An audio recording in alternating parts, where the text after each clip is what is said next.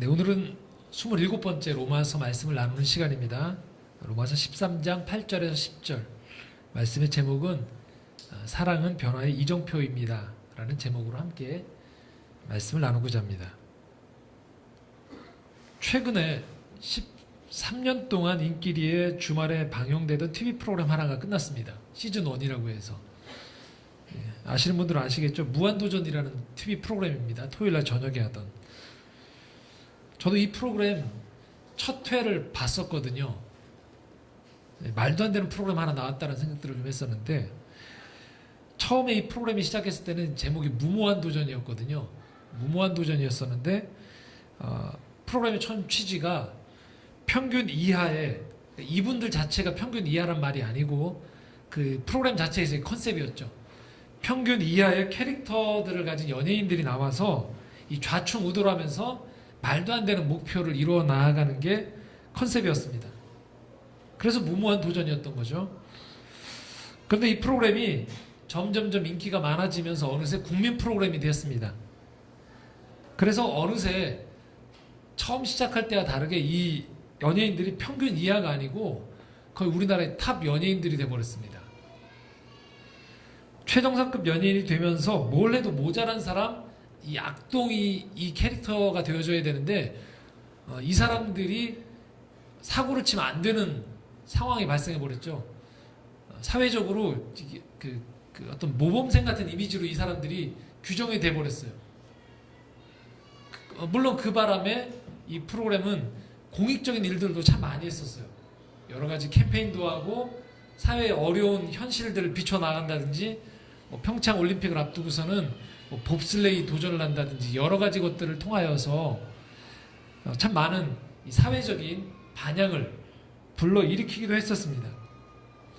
처음에는 뭘 해도 안 되는 사람이었는데 뒤로 갈수록 이 사람들이 뭘 해도 되는 사람이 돼버렸어요. 점점 그러니까 영향력은 커졌는데 프로그램의 처음 취지와 좀 다르게 매주 저 프로그램을 참여하는 연예인들이 힘들겠다는 생각들을 저도 했었거든요. 이제 아마 시청자들도 공감되는 지점이 있었을 텐데, 그래서 어떤 사고를 치거나 병이 들어서 한번 나간 연예인들이 안 들어오는 거예요. 너무 고생이니까, 이 프로그램이 너무 자기가 들어야 되는 노력들이 너무 많으니까. 이 프로그램을 제작했던 이 PD가 13년 동안 이 김태호 PD라는 분인데 가족들하고 저녁 식사를 못했다고 하더라고요. 매일 저녁을 이 프로그램을 준비하고 회의하고 매달리느라고. 그래서 이제 프로그램이 끝나니까 아이에게 한글 공부도 좀 시켜주고 싶고 식구들과 저녁 식사를 좀 하고 싶다라는 그런 인터뷰를 한 걸 봤어요. 인터뷰 내용 중에 제가 이런 구절이 좀 마음에 와닿았어요. 몇 년 전부터 무한도전의 색깔을 지켜나가는 게 힘든 상황이 됐다라는 거예요. 그러니까 처음 시작하고 좀 달라진 거죠. 너무 많이 확대가 돼버리니까. 그래서 이 프로그램을 준비하면서 스스로에 대한 만족감이 떨어지고 자괴감까지 왔었다라고 인터뷰를 하더라고요. 전 충분히 좀 이해가 되더라고요. 여러 가지 프로그램을 기획하거나 만들어보는 사람 입장에서 밖에서는 이 프로그램이 잘 되고 막 사람들이 칭찬하고 있을 때 이 내부적으로 자기 스스로가 느끼고 있는 여러 가지 생각들이 오가거든요. 사람들은 환호해주고 있지만 스스로가 불안해지는 거죠. 이렇게 하다가 언젠가 소위 말하는 훅 갈 수 있겠구나. 다 바닥나는데 내가 사람들이 칭찬하는 것만큼의 이 정도가 아닌데, 사람들은 계속 기대치가 올라가거든요. 한번 올라간 기대치는 낮아지지 않거든요. 부담스러운 거죠. 처음 시작했던 이 목표와 방향성을 유지하는 게 그만큼 어렵다라는 거예요. 여러분들 이 말씀 많이 들어보셨죠? 처음 마음을 좀 잊지 말라. 초심을 잊지 말라. 어떻게 생각하십니까, 여러분? 초심을 잃지 말라. 어떠신 것 같으세요? 말하기 쉽거든요. 우리 다른 사람한테 그렇게 얘기해주긴 쉬워요. 초심을 잃지 말라. 뭔가 막 불평하고 그러면 그 첫 마음을 생각해봐 라고 얘기해요. 종종 충고들 하시죠, 여러분? 그렇게? 근데 그 얘기를 여러분한테 누군가가 하면 어떠세요? 대체로 이런 생각들이 떠올라요. 내가 지금 처한 상황을 잘 몰라서 하는 말인데 라든지 여러 가지 생각들이 들어요. 그 말은 맞긴 해요. 첫 마음을 그대로 유지하면 참 좋은데 쉽지 않아요. 왜 쉽지 않을까요? 그것은 첫 마음으로 돌아가기에는요, 우리가 그만큼 시간이 흐르고 거기에 참여하는 사람들이나 만나는 사람들이 달라지면서 환경이 변화된 거예요. 변화된 환경에 맞춰서 나는 어느새 마음의 근력이나 감정, 내 생각을 거기에 맞춰서 노력해 왔거든요. 전혀 백지 상태의 첫 마음을 돌아가기가 쉽지 않다고요. 그런데 그냥 마치 처음 마음으로만 돌아가면 모든 문제가 해결될 것처럼 종종 우리는 첫 마음을 잃지 말라라고 얘기해요. 야, 너 직장생활 너무 힘들어하는 사람한테 첫 마음 생각해봐. 너 직장을 못 구해서 무척 불안했던 때 그때를 생각해봐. 그럼 지금 감사하지 않니? 라고. 당연히 감사는 하죠. 그런데 지금은 처음 내가 직장을 구하는, 마치 문을 열고 어디 들어가야 되는 긴장 못지않게 그곳에 들어가서 펼쳐지는 일들은 또 문을 여는 것과는 또 다른 차원에서의 난관들이 참 많거든요. 그래서 어찌 보면 내가 지금 마음이 복잡하고 어렵고 또 회의감이 드는 게 정상일 수 있어요. 그래서 한 번쯤은 우리가 이 초심으로 돌아가자라는 것들이 나의 마음을 다잡는 데에는 도움이 되지만 마치 이것을 만병통치약처럼 써내는 것들에 대해서 저 개인적으로는 좀 반대하는 편이에요. 그렇다면 처음으로 첫 마음을 잃지 않는 것 못지않게 또 다른 도움이 될 만한 조언이 없을까? 바로 이것을 생각해 보는 겁니다. 처음으로 돌아가는 게 아니고요, 끝을 생각해 보는 거예요. 맨 마지막 완성되어질 그림을 그려보는 거죠. 첫 삽을 뜰 때의 심정 못지않게 내가 건물의 설계도를 그린다든지 내가 스케치북에 스케치를 시작하면서 완성되어지려고 했던 전체의 완성되는 그 그림을 그려보는 거예요, 머릿속에. 그러니까 처음으로 돌아가는 것보다는 훨씬 더 그게 현실감 있게 나에게 도전과 또 다른 용기를 준다는 것들을 여러분들이 발견하실 거라는 거예요. 또 끝을 생각해 본다는 건 이런 의미도 포함되어 있습니다. 과연 내가 지금 막 복잡해 있고 엉켜 있어서 도무지 마음이나 생각들이 정리가 안 되어지는데, 그럼에도 불구하고 내가 맨 마지막 달려갔을 때 거기에 맨 마지막까지 남아있을 것이 무엇인가를 생각해 보는 거예요. 그리고 그 끝으로 도달했을 지점에서 무엇을 내가 안 했으면 후회할 것인가, 그리고 무엇이 그럼 이 시점에서 가장 끝을 보아봤을 때 중요한 것인가에 대해서 내가 생각해 보는 걸 말하는 거예요. 자, 기독교 신학에서는 이거 좀 어려운 표현을 써요. 종말론이라고 표현 써요. 근데 종종 오해하시는 게, 종말론을 뭐라고 생각하시냐면, 언젠가 주님이 갑자기 나타나서 끝낸다, 이것만 생각을 하세요. 그러다 보니까 여러분들 종말론 그러면 대체로 첫 마음이 어떤 마음이 드시죠? 두렵게 돼 있어요. 종말론, 종말. 그런데 기독교 신학을 제대로 공부하고 나면, 기독교 신앙을 제대로 공부하면 깨닫게 되는 건 뭐냐면요, 사실 성경에서 말하는 종말론은 절망이나 두려움이 아니에요. 희망이에요. 궁극적으로 이 레이스의 끝에서 하나님이 승리하시겠다, 책임지시겠다, 다 복구시키겠다, 구원시키겠다라는 약속을 나의 바람이 아니고 하나님께서 그렇게 하셨다라는 것들을 요한계시록을 통해서 미리 보여주시는 거예요. 걱정하지 마, 겨우 이렇게 올 수밖에 없어 라는 얘기를 해주시는 거예요. 그래서 기독교적인 의미에서 이 종말론을 우리가 어떻게 적용을 하시면 되냐면요, 끝에서부터 시각으로 오늘을 바라보는 걸 말하는 거예요. 그러니까 우리는 여기에서 그냥 끝을 바라본다고 생각하시죠. 저기 언제 저렇게 가지라고 생각하는데, 기독교 종말은 거꾸로입니다. 미래에서부터, 끝에서부터 오늘로 다가오시는 하나님, 그 하나님을 만나고 그 끝에 희망을 가지고서 오늘의 내 삶의 절망을 다시금 재정립해 나아가서 희망으로 바꿔 나아가는 것, 그게 기독교 신앙에서 말하는 종말론입니다.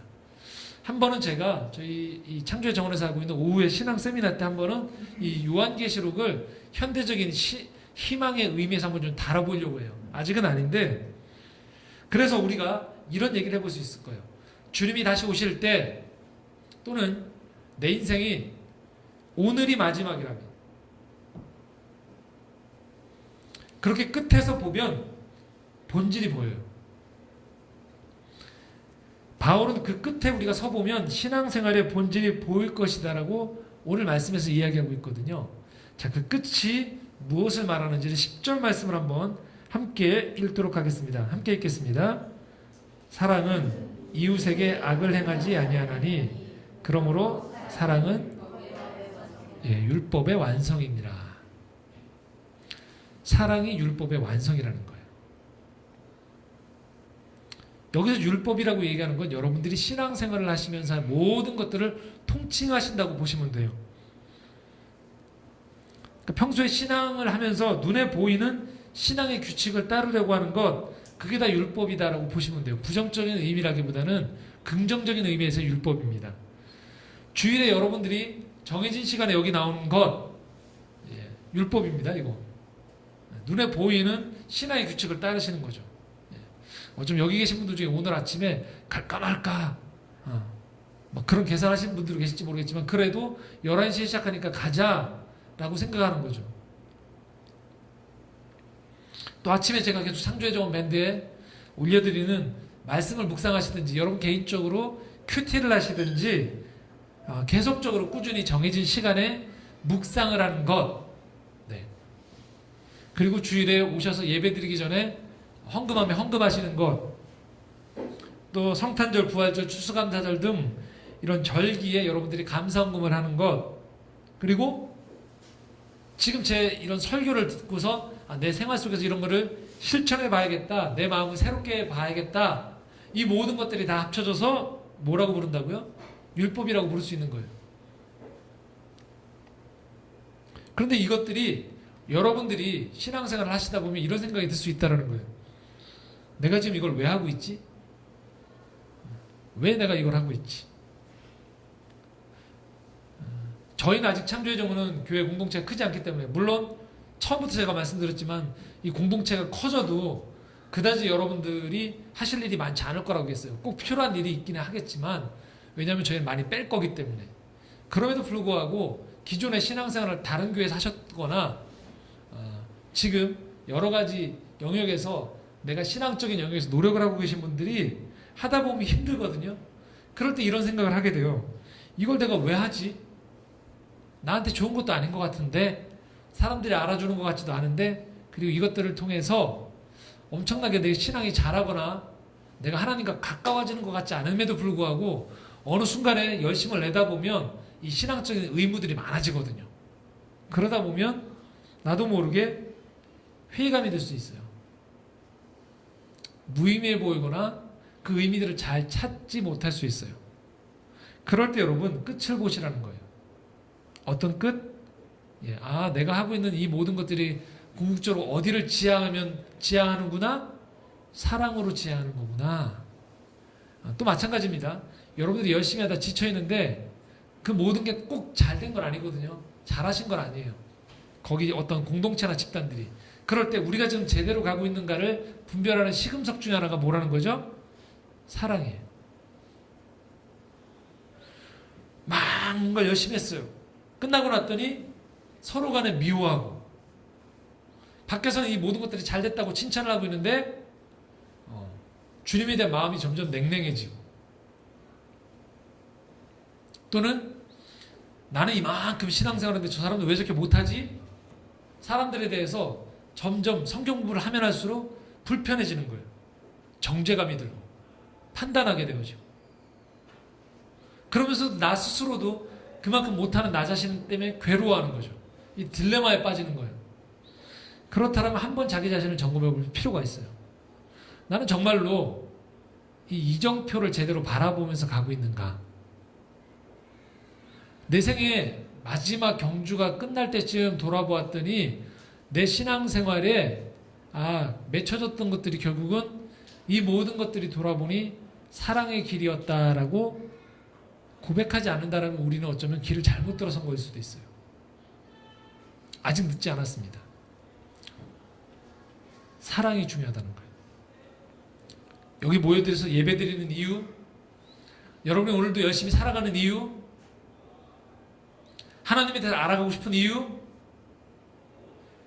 그냥 단순히 삶의 두려움을 없애버리기 위해서, 또 내가 바라는 이만큼의 무언가 그 바람을 조금 더 다른 종교보다 사람들이 많이 다니는 것 같고 이 기독교 신앙이 조금 더 그럴듯해 보이기 때문에 이걸 들어주면 되겠지라고 정도 차원이 아니고요.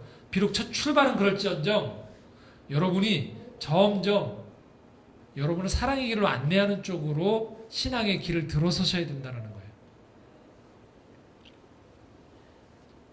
성경을 읽고 설교를 듣고 말씀을 묵상하고 그 모든 영적인 훈련들 그렇습니다. 사랑으로 향하셔야 돼요. 8절 말씀, 그래서 이 사랑의 말씀에 대해서 이렇게 구체적으로 지목하고 있습니다. 함께 읽겠습니다. 피차 사랑의 빛 외에는 아무에게든지 빛도 지지 말라. 남을 사랑하는 자는 율법을 다 이루었느니라. 자, 여기 보시면요, 첫 번째 주목하셔야 될 단어가 있어요. 피차입니다. 피차. 피차는 우리가 평소에 잘 안 쓰죠. 서로라는 표현이겠죠. 서로 간에. 서로 사랑의 빛 외에는 아무에게든지 아무 빛도 지지 말라. 기독교는요, 일방적이지 않아요. 서로의 종교예요. 왜 그럴까요? 왜 서로가 필요할까요? 살아있는 모든 것은요, 서로를 지향하면서 관계적이기 때문에 그래요. 살아있는 모든 것은 서로를 지향할 수밖에 없어요.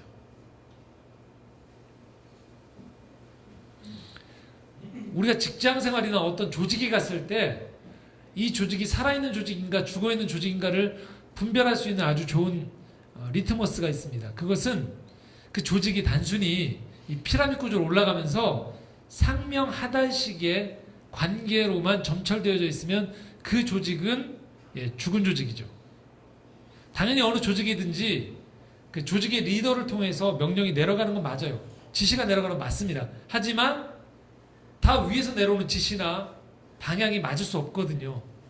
그렇기 때문에 밑으로 내려보냈을 때 밑에서 문제가 발생하면 피드백이 올라오게 돼요. 그것들이 반영이 되어지면서 계속 움직여져야 되는데 무조건 이 사다리 정점에서 그냥 내려보내면 무조건 해 라고 했을 때 그 조직은 점점 사그러들게 돼 있어요. 위에서 시키는 대로만 하면 되기 때문에 더 이상 구성원들은 살아있는 창의적인 생각을 하지 않습니다. 더 이상 조직은 누가 가장 위에 있는 사람의 마음에 드는가, 그 사람의 기호에 맞추는가에만 관심을 기울일 뿐 구성원 서로가 격려하고 위에 사람은 밑에 사람을 바라보면서 내가 미처 보지 못했던 통찰력이나 또는 보완해주는 협력체자라는 것들을, 협력의 몸체라는 것들을 인식하는지, 또 밑에서 일하는 사람 또한 비록 구조는 위아래의 구조이지만 위에 사람이 내려주는 것들이 내가 혹시 보지 못하는 전체의 큰 그림 속에서 내가 이 열심을 내는 것들이 어느 지점에서 서로 조화를 이루는지를 늘 보면서, 그리고 옆을 보면서 동료들과 함께 보면서 움직여 나아갈 때 그 조직이 살아있는 거거든요. 성경은 그래서 항상 잊지 않는 게 이 서로를 지향하라고 얘기해요. 일방적으로 내가 해야 되는 의무로만 채워져 있지 않습니다. 우선 하나님이 서로를 지향하세요. 성부 하나님, 성자 예수님, 성령 하나님, 이 세 분이 서로 간에 상호 관계적으로 하나가 되어 있으세요. 그래서 우리는 삼위일체라는 표현을 쓰는 거예요. 세 분의 위격이 서로 간에 서로 관계를 맺음으로 말미암아 우리에게 나타날 때는 한 분으로 미쳐지는 거거든요. 그래서 서로라는 표현을 쓰고 있어요. 그 서로이신 하나님이 예배자인 사람들과 관계를 맺을 때에도 서로 관계를 맺도록 하세요. 그래서 구약에서 말하는 언약신앙이라는 게 뭘 말하냐면요, 하나님과 우리가 서로 계약을 맺는 것을 말해요. 서로 간에. 구약에 하나님을 이렇게 오해하시면 안 됩니다. 하늘 보좌에 앉으셔서 재물을 받아먹는 신으로 오해하시면 안 된다는 거예요. 구약을 좀 쉬운 표현으로 말하면 이게 한마디예요. 구약에 보면 여러분들 예언서라든지 이런 거 보시면 무섭거든요. 말씀들이 추상 같고. 그런데 이거 현대식으로 표현하면 이렇게 표현하시면 돼요. 나는 너희를 이렇게 사랑하는데 너희들 어쩜 이럴 수 있니?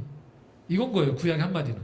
그 모든 구약의 말씀들이 뭐 징계한다 뭐 한다 하는데, 야 우리 서로 쌍방간에 약속했잖아. 서로 잘 살아보기로. 너희가 함께 나는 너를 사랑할 테니 너는 나와 함께 예배를 드리면서 서로 신실하게, 나는 너희를 인도할 테니 너는 나를 믿어라. 나는 여전히 너에게 신실하고 너에게 사랑을 하는데 너희들은 왜 자꾸 다른 데를 쳐다보니? 이게 구약 말씀이거든요. 서로 간의 관계예요. 그래서 우리가 기독교 신앙을 갖는다는 것 이렇게 이해하시면 돼요. 관계에 눈을 뜨시는 거예요. 전에는 그냥 오로지 나 위주였어요. 저 사람을 내가 어떻게 이용할 수 있을까? 저 사람은 나와 관계에서 나를 이용하나? 긴장하기도 하고요. 그리고 그런 관계들 속에서 우리가 살아가기보다는 내 중심에 분절된 사람들끼리 서로 모여서 마치 의자와 의자, 책상과 책상이 그냥 아무런 관계없이 붙였다 떨어지는 것처럼, 그렇게 붙었다 떨어지는 관계처럼 세상을 살아갔다라면 하나님을 믿게 되어지면 우리 안에 생명의 씨앗이 심겨짐으로 말미암아 서로가 서로 간에 영향을 주고받는 거예요. 서로 가지를 열매를 맺고 서로 썩어 있으면 거기를 보완해 주면서 서로가 서로 간에 자랄 수 있도록 도와주는 것이에요. 그래서 여러분 믿음 생활을 하시게 되면요, 당장 우리 생활에 적용할 수 있는 한 말씀이 있습니다. 우리 직장 생활을 하거나 어떤 여러 사람과 관계를 맺잖아요.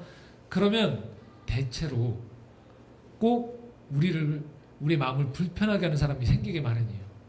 나랑 안 맞는 사람이 있기 마련이거든요. 그럴 때 여러분 이렇게 사고하지 마시라는 거죠. 저 사람만 없으면. 왜 그러냐면요, 저 사람이 사라지면 놀랍게도 그 사람보다 좀 더한 사람이 대체로 그 자리를 대체하는 경우들이 많아요. 관계거든요. 그래서 이만한 돌을 뺐더니 바위가 날라오는 경우들이 많아요. 그리고 이 직장에서 무지하게 고생을 해서 내가 이직한다. 가봤더니 거기에는 한 사람이 아니고 세트로 나를 힘들어하는 사람이 연합체로 있는 경우도 많아요. 또 지금은 여기 와서 나를 힘들게 하는 사람이 없구나 굉장히 안심하는데, 어느 순간에 또 그런 사람이 갑자기 등장해서 여기를 막 몰아치면서 분위기를 바꿔가는 걸 경험해요. 그래서 애당초 여러분들이 믿음을 갖게 되어지면요, 이렇게 생각하셔야 돼요. 저 사람 없으면이 아니에요. 그 문제 생기는 사람과 내가 어떻게 관계를 맺어야 되는지를 여러분들이 고민하셔야 된다는 거예요. 물론 그 사람 무조건 끌어안으라는 얘기가 아니에요. 그 사람과의 관계가 너무 어려운 경우에는 거리를 좀 둬야겠죠.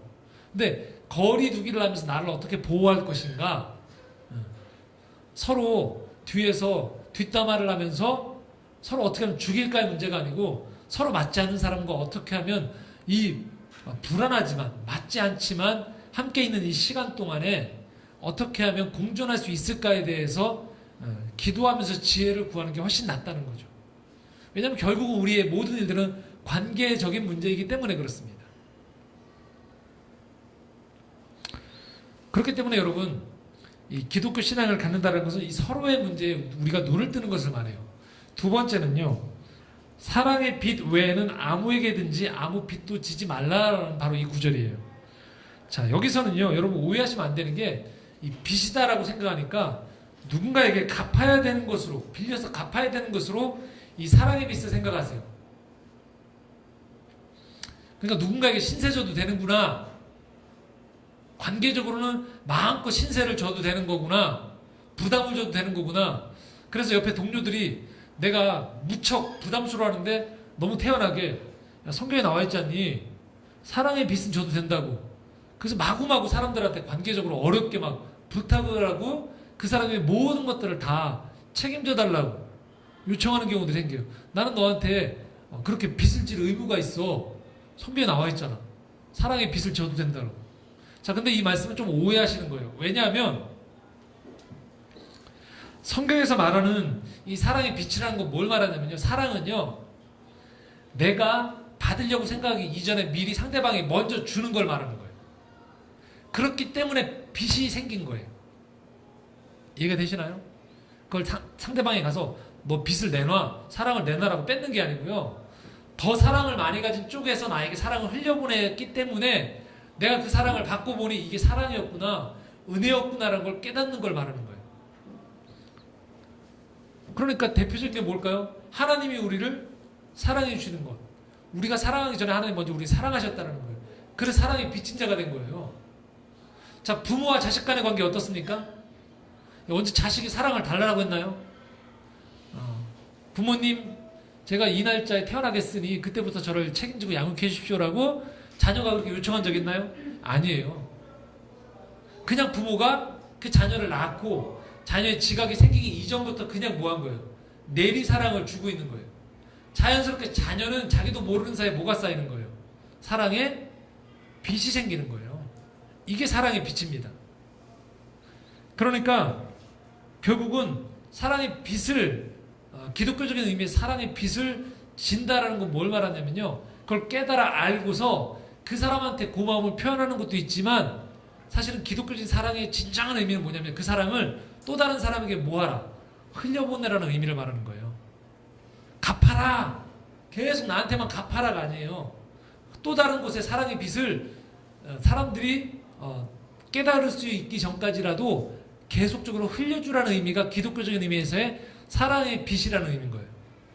자, 우리가 마태복음 18장 23절에 35절을 좀 함께 보려고 하는데요. 제가 이 말씀 파워포인트에 나오는데 제가 읽어드릴 테니까 눈으로 한번 보시면서 이 말씀을 접하도록 하겠습니다. 그러므로 천국은 그 종들과 결산하려 하던 어떤 임금과 같으니 결산할 때 10,000달란트 빚진 자 하나를 데려오매 갚을 것이 없는지라 주인이 명하여 그 몸과 아내와 자식들과 모든 소유를 다 팔아 갚게 하라 하니 그 종이 엎드려 절하며 이르되 내게 참으소서 다 갚으리이다 하거늘 그 종의 주인이 불쌍히 여겨 놓아 보내며 그 빚을 탕감하여 주었더니 그 종이 나가서 자기에게 100데나리온 빚진 동료 한 사람을 만나 붙들어 목을 잡고 이르되 빚을 갚으라 하매 그 동료가 엎드려 간과하여 이르되 나에게 참아주소 갚으리이다 하되 허락하지 아니하고 이에 가서 그가 빚을 갚도록 옥에 가두거늘 그 동료들이 그것을 보고 몹시 딱하게 여겨 주인에게 가서 그 일을 다 알리니 이에 주인이 그를 불러다가 말하되 악한 종아 내가 빌기에 내가 네 빚을 전부 탕감하여 주었거늘 내가 너를 불쌍히 여긴 것 같이 너도 내 동료를 불쌍히 여김이 마땅하지 아니하냐 하고 주인이 노하여 그 빚을 다 갚도록 그를 옥졸들에게 넘기니라. 너희가 각각 마음으로부터 형제를 용서하지 아니하면 나의 하늘 아버지께서도 너희에게 이와 같이 하시리라 라는 말씀입니다. 자, 말씀의 요지는 이겁니다. 어떤 사람이 천국을 비유해 주는데요. 결산을 했는데 한 사람이 10,000달란트의 빚진 자가 있어요. 그리고 뒤에 보면 100데나리온이라는 그 수치가 또 나옵니다. 자, 1데나리온은 그 당시 노동자들의 하루 품삯이에요. 하루 품삯 데나리온이. 그리고 달란트는 수치가 훨씬 더 올라가서요. 데나리온은 은 4g 정도인데요. 달란트는 금으로 해서 20에서 40 사이, 보통은 34kg 정도를 이 데나리온이라고 얘기해요. 그래서 그 달란트로 치면 이 데나리온이 달란트까지 올라가면 한 달란트가 그 140년치의 임금이에요. 근데 10,000달란트면 여러분 상상이 되십니까? 140년이 아니고 그러니까 100이 아니고, 그러니까 1달란트가 아니고 만으로 올라가면 어떨까요? 예. 수치가 계산이 안 되시겠죠?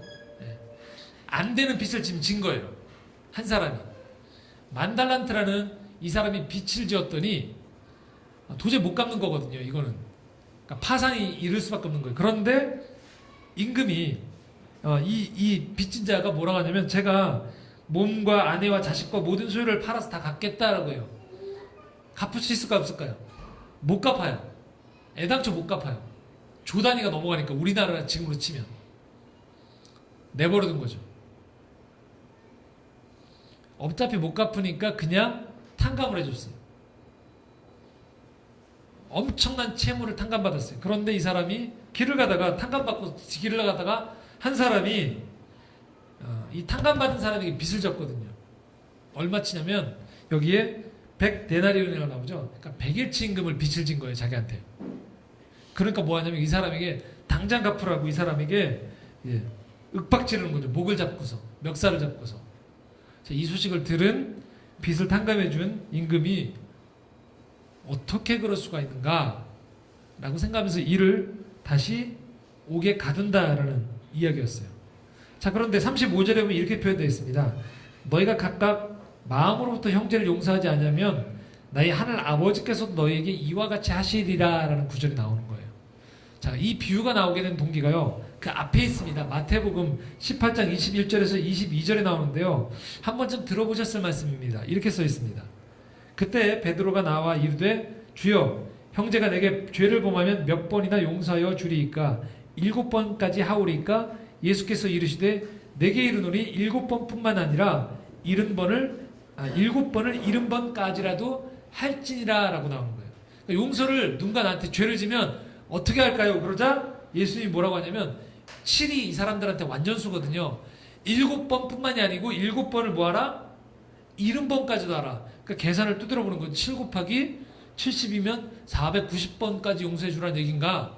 아닌 거죠. 완전의 완전수를 더 더하니까 한없이 용서해 주라는 거예요. 자, 만약에 여러분들이 이 말씀을 문자 그대로만 적용하시면 힘들어지는 거예요. 야, 어떻게 매일 용서만 하고 살지 내가? 그렇죠. 어떻게 내가 용서만 하고 살지? 그런데 이 말씀 살짝 돌려보면 이렇게 이해하실 수 있어요. 매일 뭐 하며 사는 거냐면요. 사랑하며 살라는 얘기예요. 계속 나한테 죄를 짓는 사람들한테 용서만 하면 인생이 얼마나 피곤하겠습니까? 용서가 아니고 더 적극적인 의미에서 뭐 하라는 거예요? 사랑해주라는 거예요. 먼저 이해하고 용납하는 가운데에서 사람과의 관계에서 서로를 인식하는 가운데 적극적으로 살아가라는 거예요. 자, 그러니까 여러분들이 만약에 직장이시라면 아침에 직장을 출근하면서 마음속에 이렇게 생각하는 것보다 이게 낫다는 거예요. 마음속에 난 오늘도 용서하러 간다. 집에 들어오시면서 난 오늘도 가족을 용서하러 간다. 왜? 70번씩 7번씩이라도 용서하라고 했으니까. 가 아니고 어떻게 하라는 거예요? 난 오늘도 직장을 뭐하러 간다? 사랑하러 간다는 거예요. 난 오늘도 가족을 왜 만나나? 사랑하기 위해서라는 거예요. 그게 우리에게 부여된 가장 큰 그림이라는 거예요. 여러분 하루를 마감하실 때 그래서 오늘 하루를 잘 살았나? 내가 아침에 눈을 떴을 때 목표한 그 목표를 잘 달성했으면 잘 살았다가 아니고 내가 신앙인이 되었다라면 어떻게 바뀌어야 된다는 거예요. 내가 오늘 하루 사랑하며 살았는가? 사랑을 향해서 살았던가? 어려운 순간순간마다 그 마음에서 사랑의 중심을 잃지 않으려고 애쓰며 살아왔는가? 하루가, 우리의 1년이, 우리의 생애 전체를 다 달려놓고 와서 돌아보니까 내가 그래도 하나님을 사랑하고 나를 사랑할 줄 알고 내 이웃을, 가족을, 친지들을 사랑하면서 내가 여기까지 달려왔구나를 여러분이 확인하실 수 있을 때 여러분의 삶은 신앙인으로서 그 율법을 완성하며 사신다는 거예요. 영상 하나를 좀 보도록 하겠습니다. 이웃을 사랑하라는 영상을 좀 함께 나누려고 제가 유튜브에 있는 영상 하나를 여러분과 좀 나누고자 합니다. Do you have a special sleeping place, or do you, I do, wherever yes, you? in Covent Garden. Ah, okay. It's a doorway that I've slept in like a few months now. The security don't bother me.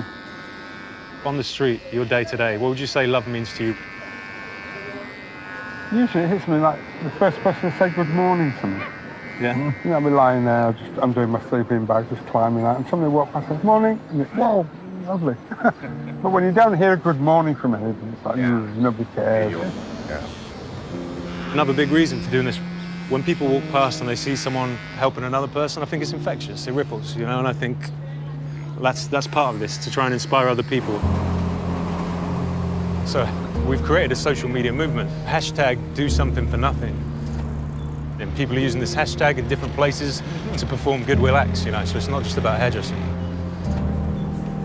So, Stuart, I'm thinking now what's got Josh here with you is his sense of love thy neighbor. Do something for someone for nothing. What do you think about that? There'd be a lot more done. Wouldn't there? Yeah. Yeah, man, and final touch, we're ready. I think, Yeah, there you are. I think Bet you don't ready. recognize this guy. I don't yet. In 5, 4, 3, 2, 1, ta-da! Yeah. I'm 20 years younger. Oh, Yeah. Yeah. Stuart, what we saying? nobody's going to recognise me. Mate, you're a new man right Yeah, now. thank you. How do you feel? Like a new man. Like a new man. Yeah. Do you recognise yourself then?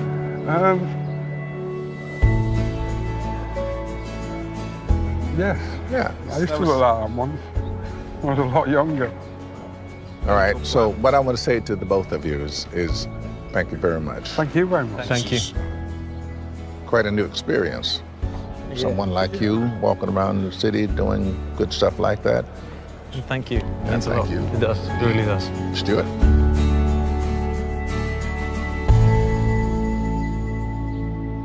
It's really terrific what Josh is doing. I'm going to see you again soon. Thanks. Joshua doesn't expect these small acts of kindness to end homelessness, but he hopes the love he shows people will boost their self-esteem and may help them rebuild their lives. Just imagine if each of us took 5 minutes out of your day to do something loving for another person. I don't care if it's a family member or your friend or a total stranger. Imagine what a transformation we could make in this world. 네, 그렇습니다. 모건 프리만이 하고 있는 프로그램 중에 하나인데요. 이게 여러 사람들을 찾아다니는 프로그램들인데 이웃을 사랑하는 것. 노숙자 한 사람에게 찾아가서 머리를 깎아줌으로 말미암아 세상이 달라지는 건 아닌데 내가 할 수 있는 것들을 통해서 작은 선물을 주는 것들을 통해서 조금씩 나은 세상으로 변화시켜 나가는 거죠. 하나님은 오늘도 우리에게 하루라는 시간을 딱 허락하셨어요. 여러분들에게. 매일매일이 사실 우리에게 종말일 수 있어요. 그런데 여러분, 하루를 시작할 때 오늘도 우리를 힘들게 한 사람을 머리에 떠올리면서 하루를 시작하기 싫으세요? 아니면 조금 더 내가 이 하루를 사랑하며 살 수 있지 않을까라는 기대를 하면서 하나님의 힘을 구할 때 여러분의 하루가 좀 달라지지 않으시겠습니까? 좀 힘든 사람을 피해 다니는 것들만 염두에 두시는 것이 아니고요. 더 내게 주어진 시간이나 관계들 속에서 어떻게 하면 내가 사랑하며 살 수 있을까를 더 적극적으로 고민하신다면 여러분들의 대인관계가 좀 더 창의적으로 변하지 않을까요? 그리고 여러분이 좀 더 인내할 수 있고 여러분이 살아가는 가운데에서 좀 더 인생에 여러분이 거하시는 그곳이 가치롭게 변화되어지지 않을까요? 말씀을 정리하겠습니다. 요한일서 4장 12절과 21절 말씀에 이렇게 표현되어 있습니다. 어느 때나 하나님을 본 사람이 없으되 만일 우리가 서로 사랑하면 하나님이 우리 안에 거하시고 그의 사랑이 우리 안에 온전히 이루어지느니라. 우리가 이 계명을 주께 받았나니 하나님을 사랑하는 자는 또한 그 형제를 사랑할지니라. 하나님은 눈에 안 보이십니다. 하나님의 사랑의 빛인 우리들이 오늘도 우리에게 내려준 그 하나님의 사랑을 찬양을 통해서 하나님께 영광 돌리는 것 못지않게 여러분이 매일매일 만나는 가족과 직장 동료, 이웃들에게 이 세상 속에서 사랑하며 살기를 하나님은 원하신다는 것이죠. 결코 쉽지 않은 일이지만 그 일이 결국은 우리의 맨 마지막 인생의 우리 종점에서 우리 스스로를 돌아봤을 때 가장 가치로운 일, 결국 신앙생활을 했던 그 모든 것들을 완성시켜줄 단 하나의 이정표가 될 것입니다. 그 부르심 앞에 우리 모두가 또 힘을 내서 응답하는 한 주가 되셨으면 좋겠습니다. 함께 기도하시겠습니다.